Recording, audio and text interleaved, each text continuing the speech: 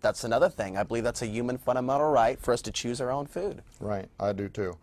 Yeah, I mean that's a big issue. The whole fertility rate. They're saying now that it might only be a few decades until basically men are gone from the planet. If some of these rates continue at what they are now, well, what is causing that? There's also been some suggestion that even the bee die-off could be a result of pollens or whatever that are migrating from genetically modified crops.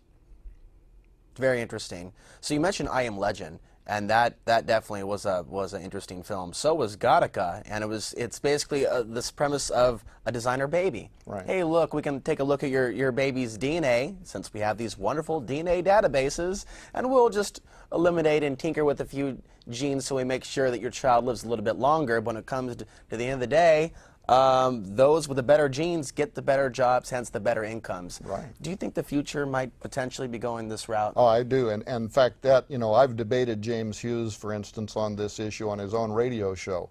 That it is going to lead to some of what eugenics was hoping to do, and you're trying to lead to an Übermensch, create a superior man. That's the goal. That's the ambition of transhumanism, and so they write about it from a democratic point of view. That's why his lecture, Professor Max Melhem, is talking about transhumanism and the future of democracy, because they're saying we've got to make sure that we don't have inequities. That everybody's going to have some socialized Obama-type version of transhuman medicine in the future, so that everybody gets some of the basic benefits of transhumanism.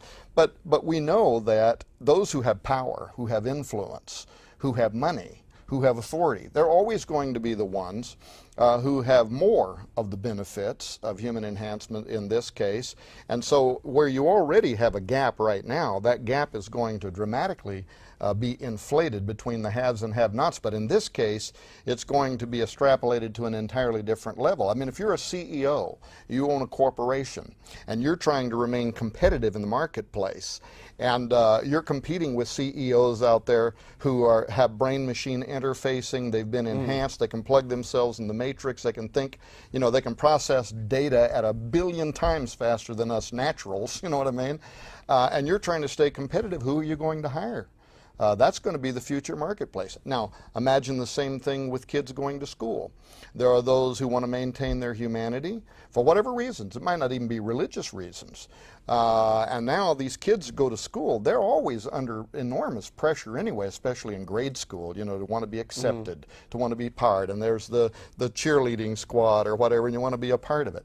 Now imagine what it's going to mean for these future children who are trying to go into some kind of a public education system, and you have the enhanced and the non-enhanced, and there is going to be no way the non-enhanced can compete. So now they're bringing all this pressure home, and the parents who are trying to maintain their humanity are having to deal with this. It's a nightmarish, Gattaca-like future world that is going to develop. And let me say one other thing. Even some of the transhumanists are saying this. There is a really well-known transhumanist by the name of Hugo de Garis. And de Garis has been doing research for several decades in both publicly and privately funded laboratories, working on the creation of an artificial mind, an artificial brain, something kind of like the Blue Brain Project. Right. But he wrote a book called The Artilect Wars, Cosmos versus Terrans. And this book reads almost like it's out of the pages of an apocalyptic piece of scripture somewhere about the Armageddon, if you will, because he's a singularitarian, so he believes, like I do, that if there isn't some intervention somehow, the Earth gets hit by an asteroid or maybe divine intervention or something that stops this, eventually we're going to reach strong artificial intelligence. And when we do, this mind is going to accumulate quickly. All known knowledge, everything that's ever been contributed to every piece of written literature that has been computerized and can be fed into this thing. And Ray Kurzweil's The Age of Thinking Machines is going to start.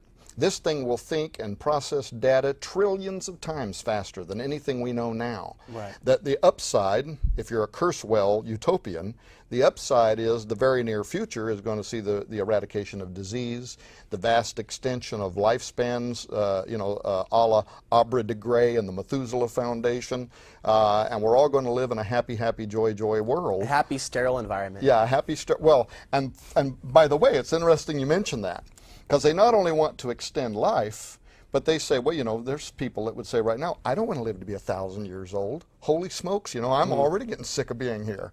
So I'll just take my natural lifespan. Thank you very much. So those transhumanists respond back, oh yes, but we're going to help you with that, because we're through neurosciences, we're learning that the portion of the brain that leads to depression also leads to euphoria, and we're going to learn how to stimulate that, so you'll just be a happy little automaton out there singing little songs and skipping around in the flowers. And this certainly sounds like some sort of a de facto deal with the devil. It is. It sounds good on paper. Hey, we're going to do this, this, and this for you. But if they cared about us so much, why are they poisoning our food, our water, and our air? It just doesn't add up if they really cared about us.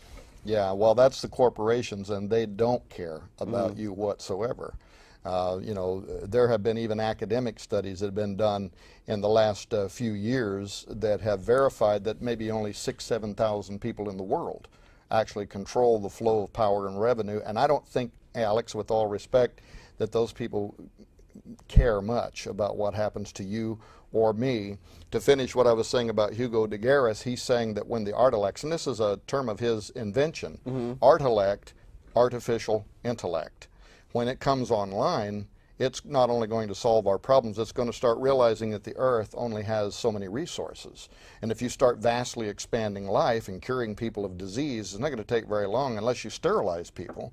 It's not going to take very long till you either have to expand China's 1 or 0 child policy, or as in Gattaca, you got to get some kind of a license to have a genetic offspring, or you have to move out into the cosmos. And in Hugo de Garis's mind, this same intellect will, of course, quickly resolve other technological issues related to space travel, colonization, the terraforming, let's say, of moons, whatever, and that it will make sense.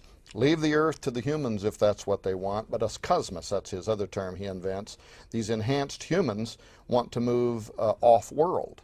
However, he also makes a good argument that the Terrans, meaning terra, of the earth, terrestrial, the Terrans who want to maintain their humanity don't want to leave the earth and come into conflict with the plan of the cosmos and the artilects. And what Hugo says is that before the end of the 21st century, strong artificial intelligence will put into play a scenario that's going to develop into the next world war and will literally lead to the death of billions of humans before the end of the 21st century. So talk about movies. I mean, this sounds like something right out of the next Terminator. Well, and it's backed up by mainstream news. For example, in Israel, they have set up their own, they're working on setting up their own artificial intelligence missile defense shield. I'm sure Israel is not the only country. So when the stress of war becomes too great, the machine takes over and the war continues to go on through the dark of night and through the light of day. It's a very frightening type of a future we're looking at. But I agree with what you had said earlier about the potential for this happening unless there's some sort of a cataclysmic event or divine intervention to stop this from happening. Unless that happens, I do see us moving along this. I don't see anything stopping at this point. Well, and it will and the issue is the world is not ready for it, because if technological singularity actually happens, and we're already using artificial intelligence, even Google uses artificial intelligence. It's just not yet strong artificial intelligence. But when that happens and a synthetic mind comes online, it will literally change things overnight. Overnight. Within 1 week, maybe. Everything we know will be being changed in terms of everything. Government policy. I think it will immediately lead to a police state, because we will suddenly be faced with a threat that is so beyond our comprehension that we'll be paralyzed with what do we do with this thing now? And if people think that's an exaggeration, the highest think tank at the Pentagon, the Jasons, are concerned about this. There was an article just recently called Jasons Fear Brain-Modified Foes, and they were talking about transhumanism, artificial intelligence, saying that this is the next arms race. That what the Soviet Union and the United States at one time were doing in the buildup of nuclear weapons, the Jasons are saying it's not a matter of whether we think it's ethical to start altering ourselves and enhancing ourselves and building artificial intelligence. We don't have a choice, because if we don't develop it, if we don't get ahead of it, somebody else will. Our enemies will, and then they